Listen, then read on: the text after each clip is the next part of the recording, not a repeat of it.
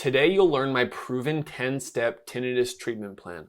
Walk through each step carefully, and I assure you, you'll be noticing improvements with your tinnitus. The other day, I heard a story of a man that worked with my team at Treble Health for tinnitus treatment. He had experienced significant tinnitus for 10 years. He felt like there was nothing he could do. He had been to local doctors, he had tried a few things that didn't work, and he felt like he was stuck with this tinnitus forever. It was affecting his concentration, his focus at work, and he had trouble falling asleep. He found Treble Health and worked with my team, and then about 6 months later was reporting his tinnitus went from a very big problem down to a mild problem. On the scale that we use, his tinnitus was at a 70 out of 100, and it went all the way down to a 10 out of 100 on the TFI, the Tinnitus Functional Index. What this shows is the power of neuroplasticity for tinnitus, and that treatments exist right now that can help you, even if you've had this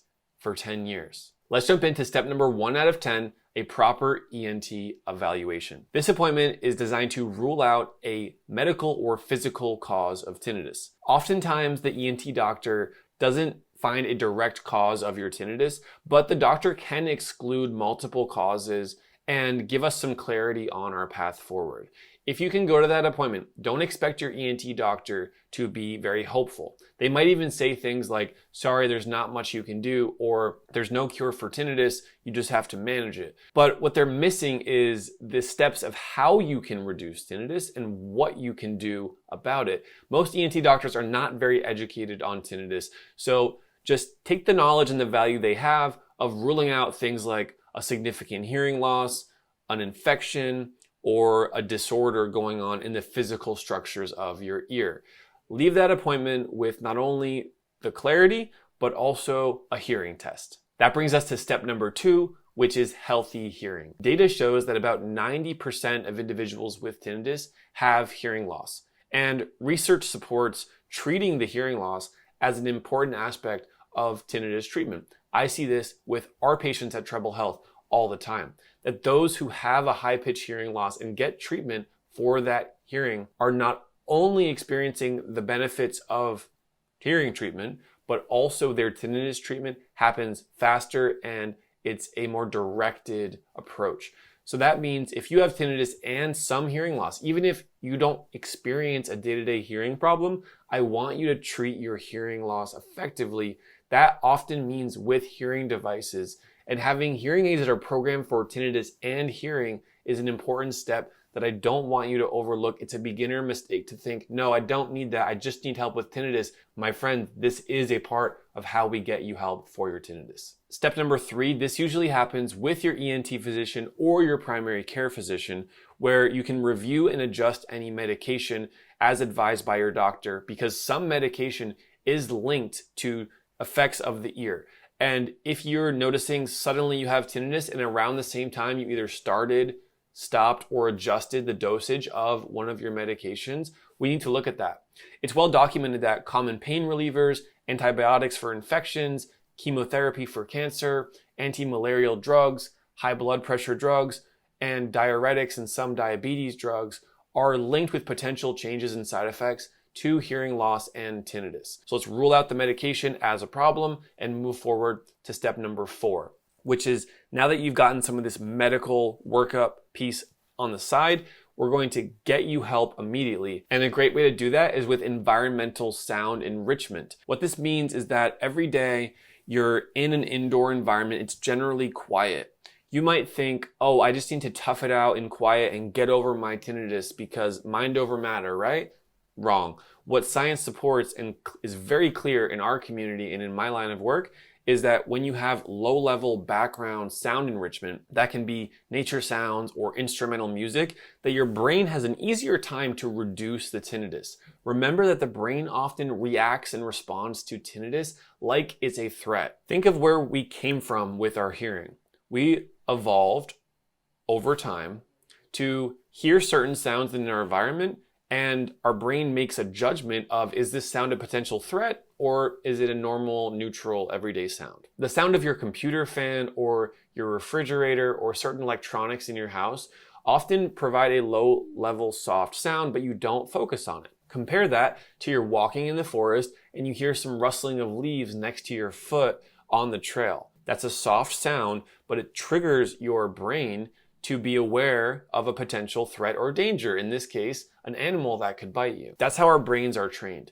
So through tinnitus retraining therapy, starting with a sound-rich environment here, we can train your brain over time to categorize tinnitus, this internal sound in your head, as more of this neutral sound that's not a threat, and less of this potential danger, something that triggers our fight or flight response. Using everyday sounds can reduce the contrast with tinnitus and provide this pleasant experience where suddenly being indoors is an easier time for you.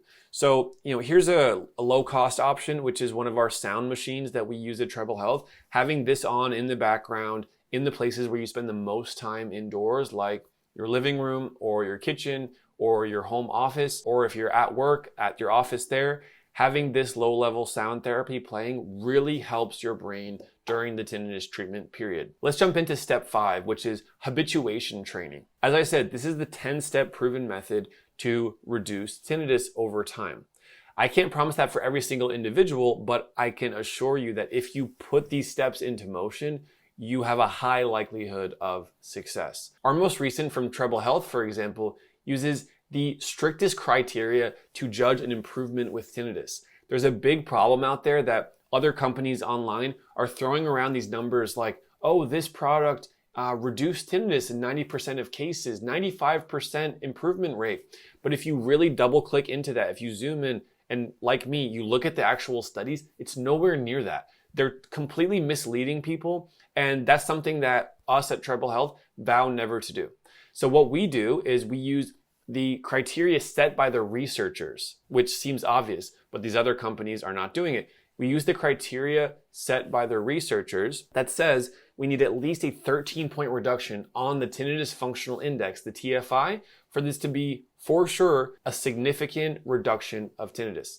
And our data shows that 75% of people who work in our program experience that level of reduction 6 months after starting our program. Hopefully that gives you some encouragement that there are options out there for you. Step number 5 that I'm referencing here is the habituation training. What I want you to do is have daily sound therapy training designed to help your brain gradually reduce the perceived importance of the tinnitus sound. Now, in addition to simply having a sound-rich environment like I shared earlier, having a targeted habituation training does mean you're going to have to play sound therapy through a device like this or your smartphone or a good speaker and commit to that for many hours a day. We don't want you to be in quiet indoor places. I want you to have targeted sound therapy that you have going on so that your brain can be retrained. Let's spend a few seconds listening to pink noise and crickets, two of our most popular sounds.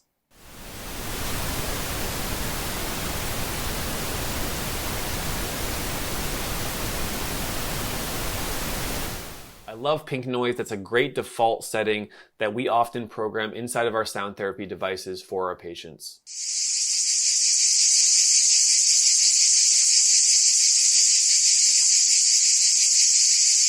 Crickets are a great complementary sound that you can use alongside a default sound like pink noise. For those who don't know, habituation refers to the brain's ability to reduce tinnitus over time by training itself that tinnitus is an internal sound and learning that it's not going to harm us or injure us. It's not an actual threat in our environment. It's a reaction to an internal phenomenon in our auditory nervous system. And when we can do that over time, the awareness levels of tinnitus go way down, and oftentimes the volume of tinnitus goes down too. For a vast majority of tinnitus treatment, we are simply promoting habituation inside of the brain with how we set up sound therapy and how we have the structured practices that you can do as well to complement it. So focus on habituation. Don't be scared of it thinking, oh, that means that I'm admitting this will never go away. That means I'm just getting used to it. That's not the case. This is what you want to encourage. You want to use habituation to help you. At the same time, we've already talked about getting the proper evaluation by the doctor so that we can identify potential root causes. Always the treatment needs to be targeted based on the root cause of your tinnitus, That's really important that you consider that. Just make sure that you're working with an audiologist or an ENT physician that specializes in tinnitus, and we'll take care of you from there. If you'd like to speak with a tinnitus specialist from the comfort of home via a telehealth Zoom session, then please click the link above right here. We offer this to you guys where you can speak with a specialist and get your questions answered. I know a lot of you are desperate looking for help. Please consider scheduling the free consultation with my team at Treble Health, and we'll take care of you. Let's now jump into step number 6, which is customized sound therapy. This is the use of tailored sound therapy via devices programmed by your audiologist. I'm showing you here an example of our leading sound therapy devices. I'm going to put it on my ear right now so you can see. This piece goes up and behind the ear with this thin wire going alongside the skin. And how that sits in the ear is a light, comfortable manner so that you can still hear conversations around you and you have the sound therapy coming in through your ear. The very tip of this device, the rubber tip, it has natural holes in it. That means you're still hearing environmental sound around you. It doesn't make your hearing any worse. And you have the sound therapy that's discrete that you can adjust either with buttons behind the ear or through your smartphone. You have access to all of the best sound therapies, and the specific devices that we have the most success with, we use to target the pitch and quality of your tinnitus. And there's proprietary sounds inside of this. We're using the Widex Sound Relax and the Widex Fractal Zen tones, which are a game changer for our patients. If you'd like to learn more, definitely reach out to our team. We'll be able to help you out with customized sound therapy. If you're just using basic sound therapy and you're wondering what else can I do, I'm getting some benefit here with a sound machine or just using my smartphone, I'd really recommend that you try the customized sound therapy. Oftentimes, when you work with an audiologist, you can actually try them at no cost to you, so you can wear them on your ears and make sure they're a good fit before you fully commit to a program using customized sound therapy. Guys, just a few more steps until we reach step number 10. Step number 7 is weekly coaching or counseling sessions. I'd highly recommend that you participate in a support group or hire a tinnitus coach or work with an audiologist specialized in tinnitus, because we can customize the tinnitus reduction plan for you. We can share the specific expectations of each step and go through the methods. If you've ever heard of cognitive behavioral therapy for tinnitus, or mindfulness for tinnitus, or having coaching for tinnitus, really what all of this is designed to do is identify what is the core problem you're having. Is it sleep? Is it anxiety? Is it concentration? Is it attention? Is it at work? Is it at home? And we can provide tools that we teach you, and we are sure that you're learning the right way. And then every day on your own, you're practicing those tools.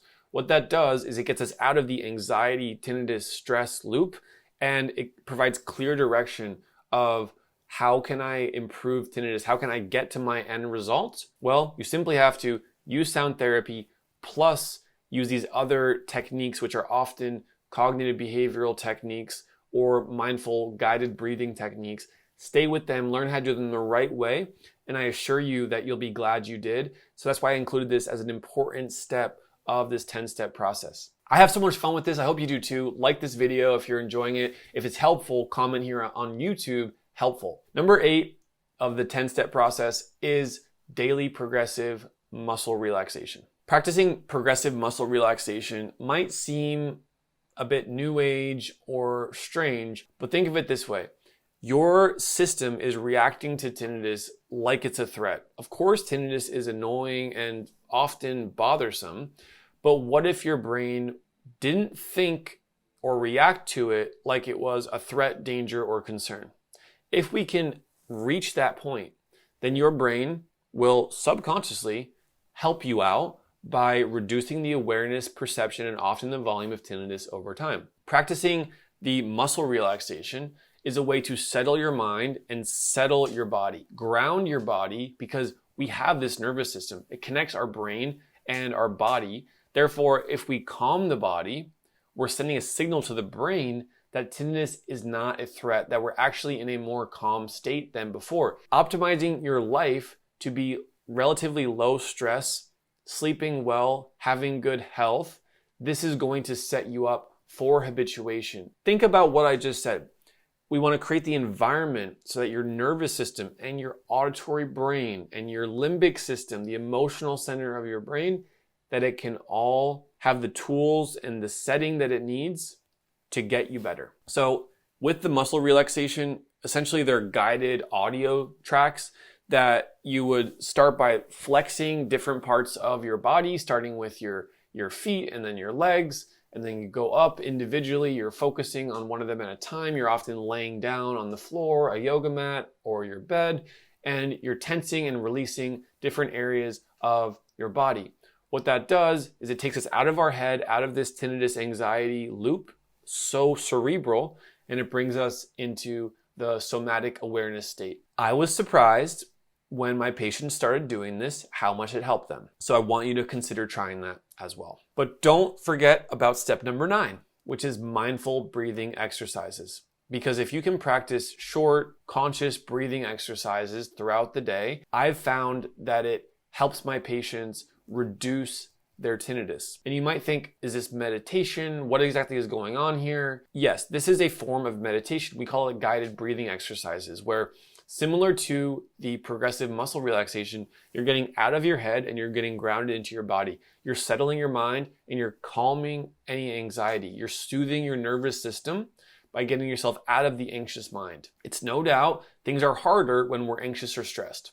So the mindful breathing exercises gives you a tool to proactively get out of this tinnitus anxiety loop and reduce the awareness of the sound. So one thing that we've created at Treble Health is a 7-day meditation series, which is focused on guided breathing. You can try that out. We'll link that right here, or you can find it in the description. It's a free 7-day meditation course that I created for tinnitus. That's one example of how to practice the mindful breathing exercises. Finally, step number 10 is textbook sleep habits. So I want you to dedicate the hour before sleep to properly prepare your mind and body. Use sound therapy at night. Practice CBT for insomnia, and you'll notice that your sleep improves significantly. So sound therapy at night, that's different than sound therapy during the day. There's some nuances to this. Practicing CBT for insomnia, that means cognitive behavioral therapy for insomnia. If you can set up your nervous system in a healthy way, focusing on the best sleep habits, then you're likely to notice your tinnitus improves as well. Take all these steps, put them into motion, and if you want personalized guidance on any of these steps, or if you have further questions about the root cause of your tinnitus, schedule a free consultation with a member of my team at Treble Health. You'll see the link on the screen right now. All you have to do is click that link and you'll be connected with a specialist on my team. I assure you we'll take care of you. We are here to serve you and make sure that tinnitus is just a moment in your life, and we'll give you the right tools to conquer it. I love you guys. Keep spreading the good energy. And if you need help, you know where to find us at Treble Health.